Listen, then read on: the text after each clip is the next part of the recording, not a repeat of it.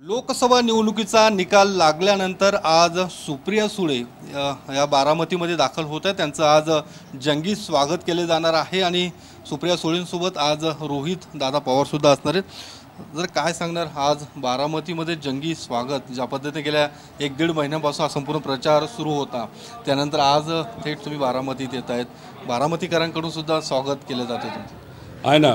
बारामतीकरांनी सुप्रियाताईंवर साहेबांवर खूप प्रेम आजपर्यंत दाखवलेलं आहे आणि या लोकसभेच्या इलेक्शनमध्ये एवढा दबाव पडून असताना सुद्धा ते प्रेम कमी झालेलं आपण बघितलेलं नाही। त्यामुळे प्रेमाने इथं असणारे बारामतीकर सुप्रियाताईंचं स्वागत आज करणार आहेत आणि मला सुद्धा इथं असणाऱ्या कार्यकर्त्यांना भेटायचं होतं, कारण ही लढाई तशी सोपी नव्हती आणि ही लढाई फक्त नेत्यामुळेच आपल्याला जिंकता येते असं नाही। साहेबांचं काम, सुप्रियाताईंचं काम याच्यामुळे नक्कीच मोठा फायदा झाला।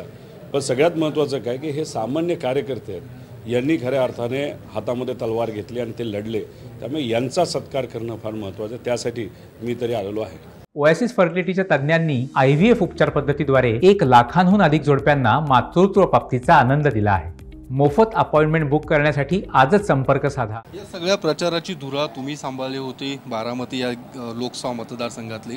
आता मागणी तुमच्याच काही पदाधिकाऱ्यांकडून, कार्यकर्त्यांकडून होताना जसे की रोहित पवारांकडे राज्य पातळीवरची जबाबदारी पक्ष संघटनेत दिली जावी, या पुढच्या काळात तसे काही बदल पक्षामध्ये होताना दिसेल आणि तुमच्याकडे काही मोठी जबाबदारी येणार?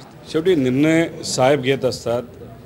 मी राजकारणामध्ये गेल्या 5-6 वर्षापासून काम करतो आणि जे काही महाराष्ट्रामध्ये आजपर्यंत मी केलेलं आहे, सुरुवातीला जिल्हा परिषद सदस्य म्हणून केलेलं आहे, नंतर आमदार म्हणून केलेलं आहे, पण पक्षाची कुठलीही जबाबदारी माझ्यासारख्या कार्यकर्त्यावर नव्हती।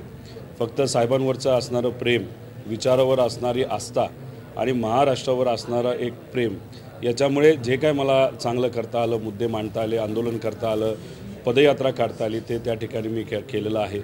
येत्या काळामध्ये जर साहेबांनी ठरवलं आणि एक चांगली अशी जबाबदारी, आणि कालचं जे ट्विट आहे त्या ट्विटमध्ये त्याचा वेगळा अर्थ काढला गेला।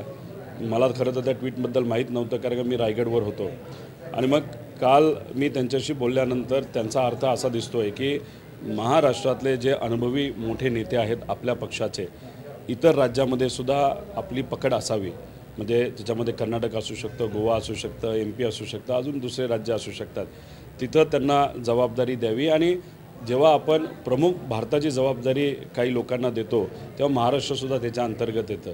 प्रदेश अध्यक्ष माझ्यासारख्या कार्यकर्त्याला काय व्हायचं नाही, खूप मोठी जबाबदारी असते। जयंत पाटील साहेबांनी खूप चांगलं काम त्या विषयाच्या बाबतीत केलेलं आहे। मी फक्त एवढंच म्हणेल की येत्या काळामध्ये जर साहेबांनी ठरवलं तर युवक आणि काही फ्रंटलची जबाबदारी माझ्यासारख्या व्यक्तीवर जर दिली तर नक्कीच न्याय देण्याचा प्रयत्न तिथं मी करेल। तुम्ही गेल्या 2 दिवसांपूर्वी एक ट्विट केलं होतं की एकीकडे हा संपूर्ण विजय होत असताना दुसरीकडे काही नेते रात्री बेरात्री जाऊन महायुतीतल्या नेत्यांना भेटीगाठी घेत होते। कोण ती लोक आहेत, म्हणजे तुमच्यातलीच काही लोक आहेत का, की काय नेमकं तुम्हाला त्याच्यातनं म्हणायचं होतं? मी एवढंच त्या ट्विटच्या माध्यमातून सांगण्याचा प्रयत्न केला। नाव आता लगेच सांगता येणार नाही, पण त्याच्यामध्ये जेव्हा पवारसाहेब परिश्रम घेत होते या वयामध्ये सुद्धा, उद्धव ठाकरे साहेब काम करत होते, काँग्रेसचे नेते काम करत होते, त्याच्याचबरोबर कार्यकर्ते मनापासून स्वतःची पर्वा न करता तिथं लढत होते। अशा परिस्थितीमध्ये तिथं असं कळते की काही नेते, ते कुठल्या पक्षाचे वगैरे आज मी इथं सांगणार नाही, पण काही नेते तिथं सेटिंग काही सीटच्या बाबतीत करत होते।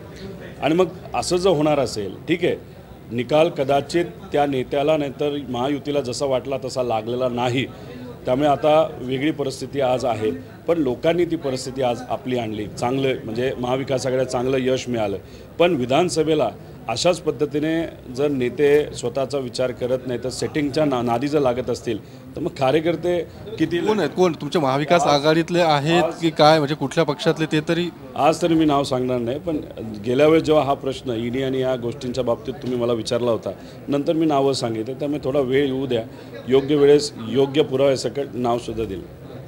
तुम्ही असंही म्हटलं होतं की अजित पवार गटातले काही आमदार शरद पवार गटामध्ये येऊ शकतात, तुम्ही त्यातला आकडा सुद्धा तुम्ही जाहीर केला होता. मात्र काल ज्यावेळी अजित पवार गटातल्या आमदारांची बैठक झाली त्यावेळी अजित पवारांनीही स्पष्ट केलं की कुठलाही आमदार असा कुठल्याही संपर्कात नाही आहे आणि आमचा आमदार हा आमच्या सोबत राहील, अशा पद्धतीने सगळ्या आमदारांनी हात वरती करून आम्ही अजित पवारांसोबत राहणार अशा पद्धतीची भूमिका मांडलेली आहे.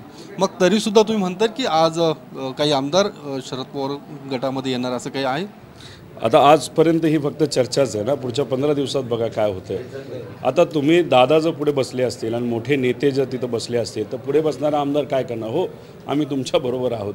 पुढच्या 15 दिवसामध्ये त्यांना निर्णय तर घ्यावे लागेल, कारण साहेबांनी आता विधानसभेची तयारी सुरू केली. म्हणजे मी तरी बघितलेलं आहे असे 31 उमेदवार आत्ताच साहेबांनी तिथं ठरवल्यासारखे आहेत आणि काय काय जे मंत्री आहेत जे आज अजितदादांबरोबर आहेत त्यांच्या मतदारसंघातले सुद्धा उमेदवार आता फायनल झालेले आहेत. आता ठराविक काही आमदार आहेत जे पलीकडे दादांबरोबर आहेत पण आत्तापर्यंत साहेबांच्या विरोधात आणि विचाराच्या विरोधात काय बोललेले नाहीत. तिथं कदाचित साहेबांनी थोडंसं ढिल्लं सोडलेलं आहे. 15 दिवसच थांबावं लागेल आणि 15 दिवसानंतर मग तिथं नवीन चेहरे आपल्याला द्यावे लागतील, अशी आजची परिस्थिती आहे. त्यामुळे 15 दिवसातच काहीतरी झालेलं आपल्या सगळ्यांना बघायला मिळेल. साधारणतः किती काही संख्या तुम्ही सांगू शकता? काय अशी काही संख्या आहे की जे तिकडनं इकडे तुमच्यासोबत येणार आहे? सांगितलं 18 ते 19 आमदार हे नक्कीच संपर्कात आहेत.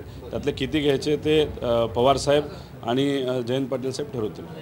दुसरीकडे प्रफुल्ल पटेलांना एक मोठा दिलासा मिळालेला आहे. त्यांची जी काही प्रॉपर्टी सील करण्यात आली होती ती आता तो जो काही निर्णय होता, जो आदेश होता तो रद्द करण्यात आलेला आहे. कसं पाहताय तुम्ही? लोकशाहीच्या माध्यमातून लोकसभेला अजितदादा मित्रमंडळ नाही तर त्यांचा जो पक्ष आहे त्याला यश आलं नसलं तरी प्रफुल्ल पटेल साहेबांना पलीकडे जाऊन यश आलेलं दिसतं. त्यांचं मी मनापासून अभिनंदन करतो की ईडीली जी कारवाई तुमच्यावर केली होती, साहेबांना तुम्ही सोडलं, विचाराला तुम्ही सोडला, पलीकडे गेलात आणि त्या बाबतीत व्यक्तिगत यश तुम्हाला आलेलं आहे. आता मग उद्या जाऊन लोकांना ते काय सांगतील? म्हणजे या ईडीली जी काही कारवाई केली ती मागे घेण्यासाठी तुम्ही तिथं गेला का ईडीला असं वाटलं नाही आता प्रफुल्ल पटेल साहेब आता स्वच्छ झालेले आहेत, काही करायची जरूरत नाही, असं कुठंतरी उद्या जाऊन त्यांना सांगावं लागेल. त्यामुळे त्यांना यश आलं, त्यांचं अभिनंदन करतो. या सगळे आमदार तुम्ही आता जो काही आकडा सांगितला ते परत येणार अशा पद्धतीचं तुम्ही सांगतायत. मात्र दुसरं अजित पवारांच्या बाबतीत काय? अजित पवार जर परत स्वगृही येणार असेल किंवा तसे काही इच्छा तर काय होऊ शकतं तसं काही? तो फार मोठा निर्णय ते पवारसाहेबच तिथं घेतील. असा निर्णय त्यावेळेस जेव्हा घेतला जाईल, नाही तर हे जे सगळे मंत्री जेव्हा तिथं परत येण्याचा विचार करतील आणि साहेब त्या बाबतीत विचार करायला जेव्हा सुरुवात करतील तेव्हा तिथं आम्ही आमची भूमिका सांगून कदाचित आमची भूमिका फार वेगळी असेल. म्हणजे काय नेमकं, म्हणजे काय तुम्ही विरोधच असेल ती त्यावेळेस सांगतो. तुम्ही आव्हान काय आव्हान बघा, मी सर्व कार्यकर्त्यांना हेच आव्हान करणार आहे, लोकसभा झाली आता विधानसभेला लढायचं. धन्यवाद. कॅमेरामन तुषार ननावरेसह योगेश बोरसे, TV9 मराठी, बारामती.